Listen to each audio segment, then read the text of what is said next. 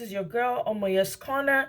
So, really quickly, I want to share or read out a comment that was shared on Dr. Damage's show that I appeared on over the weekend, right? For those of you that were on the show, thank you so much for showing up, guys. I really appreciate it. Let's get right into it.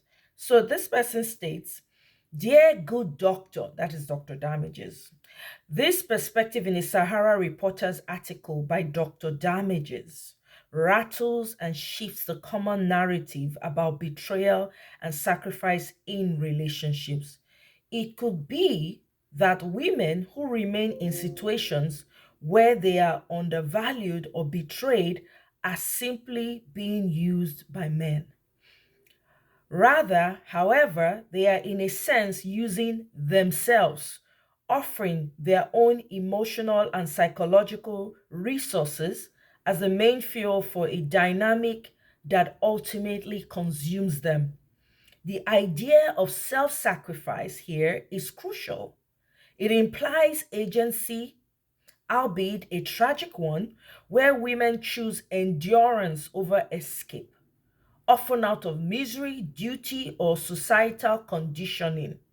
This is not to excuse the actions of men who betray their partners, but rather to highlight that the women in these scenarios are not merely passive victims. They are active participants in their own sufferings, even if unconsciously giving of themselves until there's nothing left. Wow. When a woman remains with a cheating man and ultimately breaks under the weight of the betrayal, it is not he who destroys her.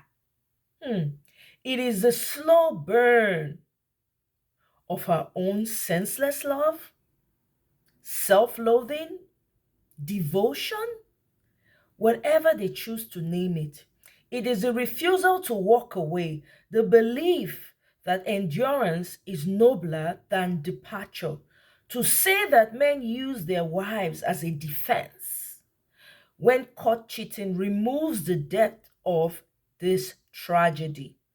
It suggests that these women are merely shields, when in reality, they are the ones who light the fire, who stand within it, and who ultimately become consumed by it.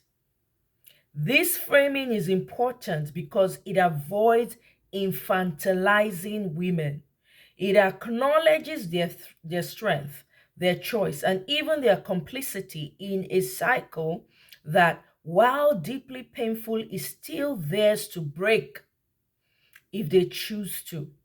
The question then becomes, what would happen if instead of self sacrificing, they walked away before the flames could consume them? Wow. There was a lot of thought in this comment, I must say. The only thing I'm going to add is I get where she's coming from, and I do understand that the comment is directed at Senator Akpabio's wife, because as you all remember, Senator Akpabio's wife came out in defense of her husband, even though she wasn't there. She did not experience what Senator Natasha experienced. She was not in the same room with her husband or Senator Natasha to be able to come up with, a lawsuit, right? So I know that everybody was online calling her out, but this really speaks directly to that. Should we also say that women are intentionally allowing themselves to suffer, by being in these relationships, knowingly or unknowingly? When are they going to wake up? Right? To realize that, look, it's a choice for you to continue to remain in a situation that doesn't serve you. But hey, who am I? What do I know? Right?